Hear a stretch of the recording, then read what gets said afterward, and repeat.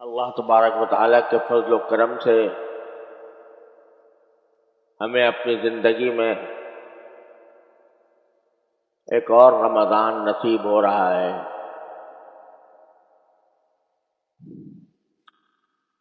اللہ جل جلالہ نے اپنے بندوں پر کرم فرمانے کے مختلف عنوانات رکھے ہیں، اور یہ رمضان المبارک بھی اللہ جل جلالہ کے کرم کا ایک عظیم عنوان ہے۔ اور اس رمضان کا اپنی زندگی میں حاصل ہو جانا، یہ بھی اللہ تبارک و تعالیٰ کی ایک ایسی نوازش ہے کہ اس پر اس کا جتنا شکر ادا کیا جائے کم ہے۔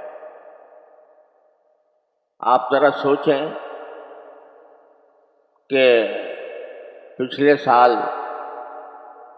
رمضان میں یا اس سے پہلے سال رمضان میں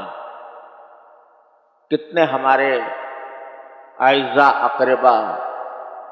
دوست احباب، ملنے جلنے والے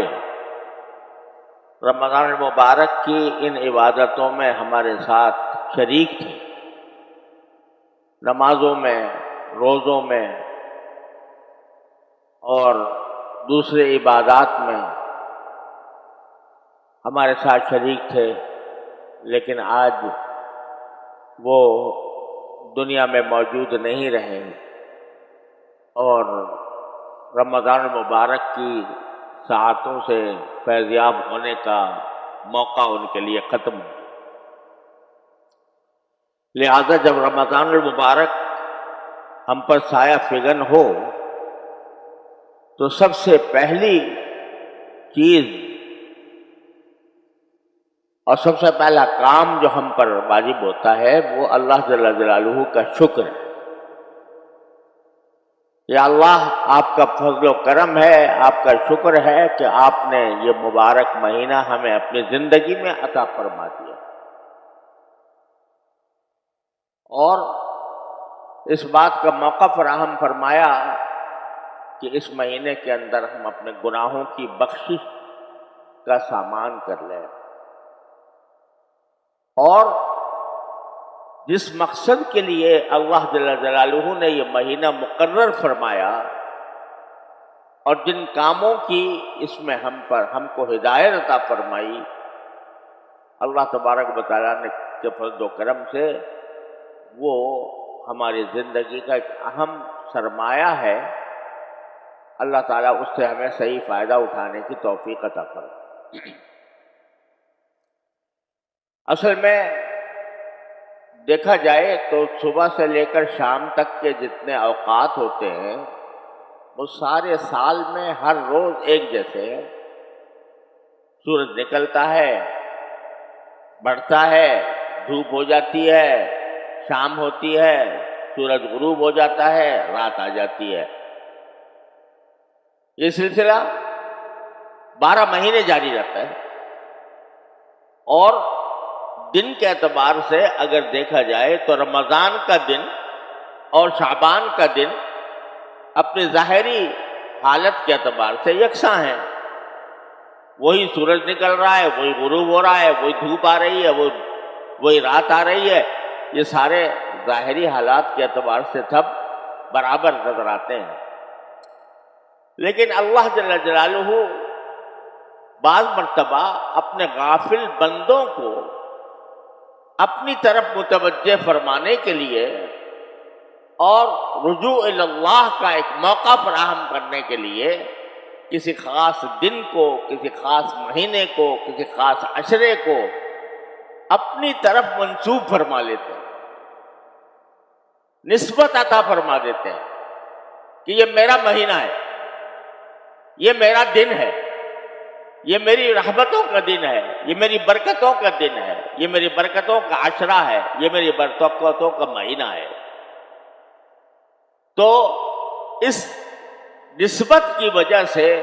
اس جگہ میں یا اس زمانے میں اللہ تبارک و تعالیٰ کے فضل و کرم سے ایک خاص تقدس پیدا ہو جاتا ہے اور اللہ تعالیٰ کی رحمتیں اور برکتوں کا ایک نزول اس میں عام دنوں سے زیادہ ہوتا ہے۔ جیسے آپ نے دیکھا کہ بیت اللہ شریف ہے، اگر ظاہری اعتبار سے دیکھو تو عمارت ہے، وہ بھی پتھر میں کی عمارت ہے، اس کے اندر بھی ویسے ہی پتھر لگے ہوئے ہیں، ویسے ہی سیمنٹ لگا ہوا ہے جس طرح عام عمارتوں کے اندر ہوتا ہے۔ لیکن جب اللہ تعالیٰ نے فرما دیا یہ میرا گھر ہے، اپنی طرف اس کو نسبت عطا فرما دی، یہ میرا گھر ہے، تو وہ اگرچہ کچا اگر دیکھا جائے، پلاسٹر بھی نہیں ہے، رنگ بھی نہیں ہے، لیکن اپنی طرف نسبت فرما دینے کی وجہ سے اس کا حال ایسا ہو گیا کہ ساری دنیا کے مسلمان پروانوں کی طرح اس کی طرف جاتے ہیں، اس کا تصور کر کے ایک کیف محسوس کرتے ہیں، اس کے تصور سے دل میں ایک تقدس کی فواریں پڑنے لگتی ہیں۔ اسی طرح یہ رمضان ہے، مہینہ تو عام جیسا ہے، صبح شام ویسے ہی جیسے گزر رہے ہوں گے، لیکن اللہ جل جلالہ نے یہ فرما دیا کہ یہ میرا مہینہ ہے، اپنی طرف نسبت فرما دی، تو اس کے تقدس میں، اس کی برکتوں میں، اس کے لطف میں، اس کے کیف میں کہیں سے کہیں اضافہ ہو گیا۔ کیوں فرماتے ہیں یہ نسبت کہ یہ میرا مہینہ ہے؟ یہ اس لیے فرماتے ہیں کہ ہم لوگ اپنی 11 مہینوں کی زندگی میں اپنے دنیا کے کام دھندوں میں، صبح شام کی مصروفیتوں میں اتنے محو رہتے ہیں کہ براہ راست اللہ تبارک و تعالیٰ کے ساتھ تعلق کرنے کے جو کام ہیں وہ پیچھے رہ جاتے ہیں۔ تجارت ہو رہی ہے، اس میں لگے ہوئے ہیں، ملازمت ہو رہی ہے، اس میں لگے ہوئے ہیں، اور دنیا کے دوسرے کام دھندوں میں، روزی کمانے میں، بیوی بچوں کے ساتھ اٹھنے بیٹھنے میں، اگرچہ یہ سارے کام جائز بھی ہیں اور اگر حسن نیت کے ساتھ کیے جائیں تو وہ عبادت بھی ہے، اور اللہ تبارک و تعالیٰ اپنے فضل و کرم سے ان پر بھی ثواب عطا فرماتے ہیں۔ لیکن ایک ہوتا ہے براہ راست اللہ جل جلالہ کے ساتھ تعلق قائم کرنا، اللہ تعالیٰ سے لو لگانا، اللہ تبارک و تعالیٰ کی طرف رجوع کر کے اپنا ایک بندگی کا رشتہ اللہ تبارک و تعالیٰ کے ساتھ قائم کرنا کہ اللہ میں بندہ ہوں، آپ میرے پروردگار ہیں، اے اللہ میں بندہ ہوں، آپ اب میرے پروردگار ہیں، میں آپ کی عبادت کرتا ہوں، آپ کی بندگی کرتا ہوں، اپنا سر نیاز آپ کی درگاہ پر، آپ کی بارگاہ میں جھکاتا ہوں اور اپنی پیشانی آپ کے بارگاہ میں ٹیکتا ہوں، اپنی عاجزی کا اظہار کرتے ہوئے، اپنے تذلل کا اظہار کرتے ہوئے باری تعالیٰ کی بارگاہ میں حاضری۔ یہ ایک ایسی چیز ہے کہ جو انسان کو اپنے پروردگار کے ساتھ مضبوط رشتہ قائم کرنے کا فائدہ عطا کرتی ہے۔ ساری دینی دوڑ دھوپ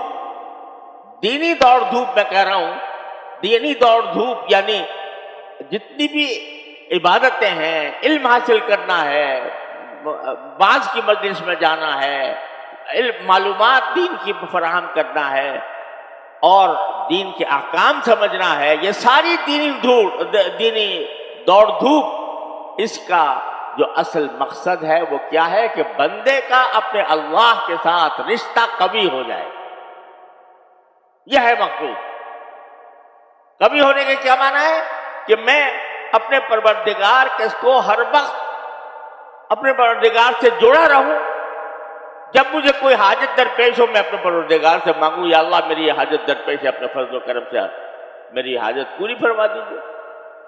جو انعامات اکرامات اللہ تبارک و تعالیٰ کی طرف سے مجھ پر ہو رہے ہیں تو میں اس کے اوپر شکر ادا کرتا رہوں، اے اللہ آپ کا فضل و کرم ہے، آپ نے مجھے نعمت عطا فرما دی، اے اللہ آپ کا فضل و کرم ہے کہ آپ نے مجھے دنیا اور آخرت کے فلاں کاموں میں مجھے کامیابی عطا فرمائی، اے اللہ مجھے فلاں چیز کی ضرورت ہے، میں آپ سے مانگنا چاہتا ہوں، اللہ جل جلالہ کے ساتھ تعلق اور اس کے ساتھ رشتہ کبھی ہو جائے، یہ ہے ساری دینی دوڑ دھوپ کا حاصل۔ اور یہ کبھی کرنے کے لیے یہ زمانہ آیا ہے، رمضان کا مہینہ، کہ ایسا لگتا ہے جیسے باری تعالیٰ فرما رہے ہیں کہ اے میرے بندو،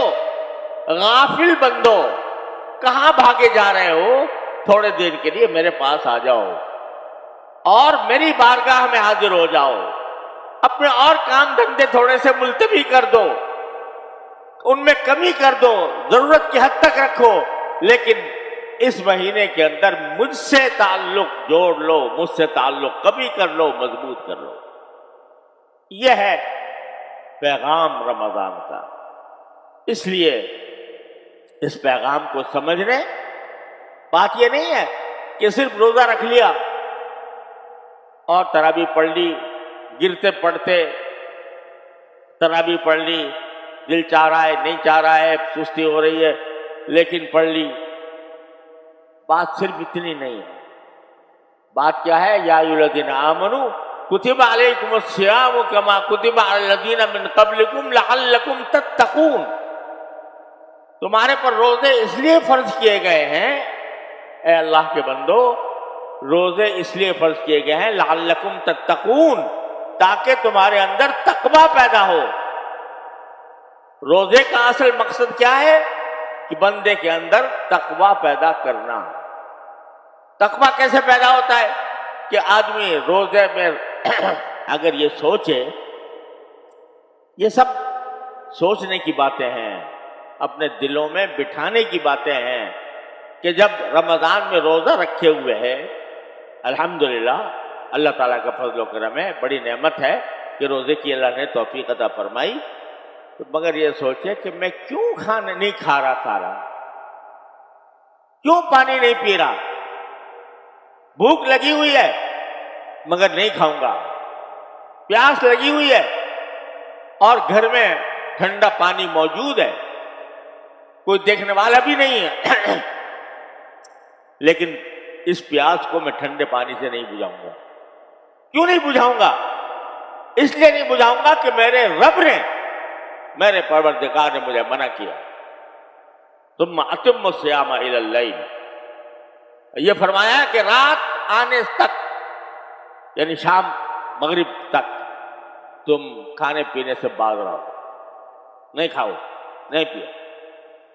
اب دیکھو جتنے روزے دار بیٹھے ہیں اللہ تعالیٰ کے فضل و کرم سے، روزے دار بیٹھے ہیں، کیوں نہیں کھا رہے، کیوں نہیں پی رہے؟ اس لیے کہ ان کے پروردگار نے منع کر دیا ہے، مت کھانا مت پینا۔ تو بھوک لگی ہوئی ہو، پیاس کی شدت سے حلق میں کانٹے پڑ رہے ہوں، لیکن مجھے اگر صحیح معنی میں مسلمان آدمی ہے، اس کو کہے 1,00,000 روپے لے لے اور روزہ توڑ دے، توڑے گا؟ کیسے ہی کیسے گیا مسلمان ہو، لیکن اس کو کوئی پیشکش کرے کہ 1,00,000 روپے لے کے روزہ توڑ دے، نہیں توڑے گا۔ کیوں نہیں توڑے گا؟ اس لیے کہ کہتا ہے میں اللہ کا بندہ ہوں، اللہ نے مجھے اپنے فضل و کرم سے یہ نعمت عطا فرمائی ہے کہ مجھے بھوکا پیاسا رکھ رہے ہیں، اس لیے رکھ رہے ہیں تاکہ وہاں جا کر جو مجھے پلائیں گے، وہاں جا کر جو کھلائیں گے، اس آخرت کے اندر پہنچنے کے بعد وہ اس کے آگے یہ دنیا کا کھانا، دنیا کا پانی ہیچ در ہیچ ہے۔ اس واسطے میں نہیں توڑوں گا۔ یہ کیا ہے جو تمہیں توڑنے سے باز رکھ رہا ہے؟ یہ تقویٰ ہے، یہ تقویٰ ہے کہ میرے اللہ تبارک و تعالیٰ نے مجھے روک دیا، میں نہیں رکوں گا، میں روزہ توڑنے والا نہیں ہوں۔ یہ تقویٰ اللہ تبارک و تعالیٰ کی تقویٰ کی مشق کرا، اور تقویٰ کی مشق کرا کے یہ دل میں بٹھانا چاہتے ہیں کہ تم اللہ کے بندے ہو، اور بندے کا کام یہ ہے کہ جو آقا جو حکم دے دے وہ یہ دیکھے بغیر کہ اس میں مصلحت کیا ہے، اس میں حکمت کیا ہے، اس میں فائدہ کیا ہے، بندے کا کام یہ ہے کہ اس کو بجا لائے، خواہ تکلیف لگ رہی، تکلیف ہو رہی ہو، خواہ پریشانی ہو رہی ہو، لیکن میرے پروردگار نے مجھے یہ فرمایا میں یہ کام کر کے رہوں گا، اور جس چیز سے اس نے روکا ہے اس سے رک کے رہوں گا۔ یہ مشق کرائی جانے مقصود ہے اس رمضان کے مہینے کے اندر ہم سے اور آپ سے تقویٰ کی مشق۔ اب ذرا سا اسی کو رخ بدل کر دیکھیں کہ مشق کیسے کرائی جا رہی ہے، کہ ایک ایسے طریقے سے کرائی جا رہی ہے کہ بھئی ایک نظام بنا دیا پوری دنیا کا کہ یہاں دنیا میں جہاں مسلمان بستا ہے وہ اس دن میں کھانے پینے سے پرہیز کرے گا۔ اب بھائی یہ بھی ذرا سے سوچنے کی بات ہے کہ ہم کھانا جو تھا وہ کوئی حرام کام تھا، حلال تھا؟ یا ایھا الرسول کلوا من الطیبات واعملوا صالحا، اللہ تعالیٰ نے فرمایا جو پاکیزہ چیزیں میں نے تمہارے لیے پیدا کی ہیں اس کو کھاؤ آرام سے، اللہ کے شکر ادا کرو کھا کے۔ کوئی حرام تھا؟ نہیں۔ پانی پینا حرام تھا؟ نہیں۔ لیکن تم نے اللہ کی خاطر، اللہ کے حکم کی خاطر پانی پینا چھوڑ دیا، کھانا کھانا چھوڑ دیا، یہ سب چھوڑ دیا، تو جو چیز پہلے ہی سے حرام تھی، رمضان سے پہلے ہی سے حرام تھی، وہ اگر نہ چھوڑی تو یہ کیسا روزہ ہوا؟ جھوٹ حرام تھا کہ نہیں؟ چاہے رمضان ہو یا غیر رمضان ہو، جھوٹ حرام تھا۔ اگر کھانا پینا جو حلال تھا وہ تو چھوڑ دیا، لیکن جھوٹ جو حرام تھا وہ نہ چھوڑا، تو یہ عجیب بات ہو گئی کہ بھئی یہ ایک طرف تو کہہ رہے ہو کہ میرے مالک نے کہا ہے کہ کھانا چھوڑ دو اس لیے چھوڑ رہا ہوں، لیکن دوسری طرف مالک نے یہ بھی تو کہا ہے کہ جھوٹ نہ بولنا، وہ نہیں چھوڑتے، اور مالک نے یہ بھی تو کہا ہے کہ غیبت نہ کرنا، وہ نہیں چھوڑتے۔ تو یہ کیا بات ہوئی کہ حلال چیزیں تو چھوڑ دیں اور جو حرام چیزیں تھیں وہ نہ چھوڑی، جھوٹ بولنا نہ چھوڑا، غیبت کرنا نہ چھوڑا، آنکھوں کا غلط استعمال نہ چھوڑا، دوسروں کے سامنے زبان درازی اور دوسروں کو دل سے ستانا یہ نہ چھوڑا، تو بھائی یہ کیا بات ہو گئی کہ حلال چیزیں تو چھوڑ دی اللہ کے کہنے پر، اور جو حرام چیزیں تھیں وہ اللہ تعالیٰ کے کہنے پر نہ چھوڑی؟ تو یہ تو کوئی مزیدار روزہ نہ ہوا، یہ تو ایک ظاہری روزہ ہو گیا، لیکن تم نے اگر وہ کام نہ چھوڑے تو تربیت تو یہ دینی مقصود ہے تقویٰ کی کہ اللہ کا حکم جس چیز سے منع کر دے اس چیز سے رک جاؤ، یہ تربیت دینی مقصود ہے تقویٰ کی۔ تو اس لیے اس مہینے میں صرف اگر کھانا پینا ہی نہیں چھوڑنا، جھوٹ بولنا بھی چھوڑنا ہے، دھوکہ دینا بھی چھوڑنا ہے، غیبت کرنی بھی چھوڑنی ہے، دوسرے کو ستانا بھی چھوڑنا ہے، بلند آواز سے بول کر کسی کا دل دکھانا بھی چھوڑنا ہے، اور جتنے ایسے کام ہیں جو انسان کو تکلیف پہنچانے والے ہیں وہ بھی چھوڑنا ہے۔ بیچارہ ایک روزہ دار آ گیا تمہارے پاس کچھ چیز خریدنے کے لیے، تم کو میں اس کی کھال کھینچ کے اور پھر روزہ رکھوں گا، تو اس کو گرا فروشی تم نے رمضان کے اندر شروع کر دی، تو یہ کوئی روزے کی حقیقت تم نے نہ سمجھی۔ لعلکم تتقون، تقویٰ کے لیے پیدا یہ مہینہ لایا گیا ہے، لہذا اس سے چھوڑو۔ یہاں تک کہ رسول کریم سرور دو عالم صلی اللہ علیہ وسلم نے فرمایا کہ اگر اس مہینے کے اندر کوئی تم سے لڑائی جھگڑا کرنا بھی چاہے، لڑائی جھگڑے پر آمادہ ہو جائے اور تمہارے سے کوئی لڑائی جھگڑا کرنا چاہے تو کہہ دو بھائی میرا روزہ ہے، یعنی میں تمہاری اس لڑائی جھگڑے میں شریک نہیں ہونا چاہتا، میں فریق نہیں بننا چاہتا، میرا تو روزہ ہے۔ کیا مانا روزہ ہونے کے؟ جب میرا روزہ ہے، کھانا پینا میں نے چھوڑ رکھا ہے، تو لڑائی جھگڑا کیوں نہ چھوڑوں؟ تو تمہارے سامنے اگر کوئی آئے آدمی جسے لڑائی جھگڑا کرنے والا ہو اور بعض لوگ کی عادتیں ہوتی ہیں کہ بات بے بات کوئی دوسرے کو تانا مار دیا، کوئی برا بھلا کہہ دیا. اب آپ اگر اس کے جواب دہی پر آمادہ ہو جائیں، اس میں حدود سے بعض اوقات تجاوز ہو جائے، تو روزے کی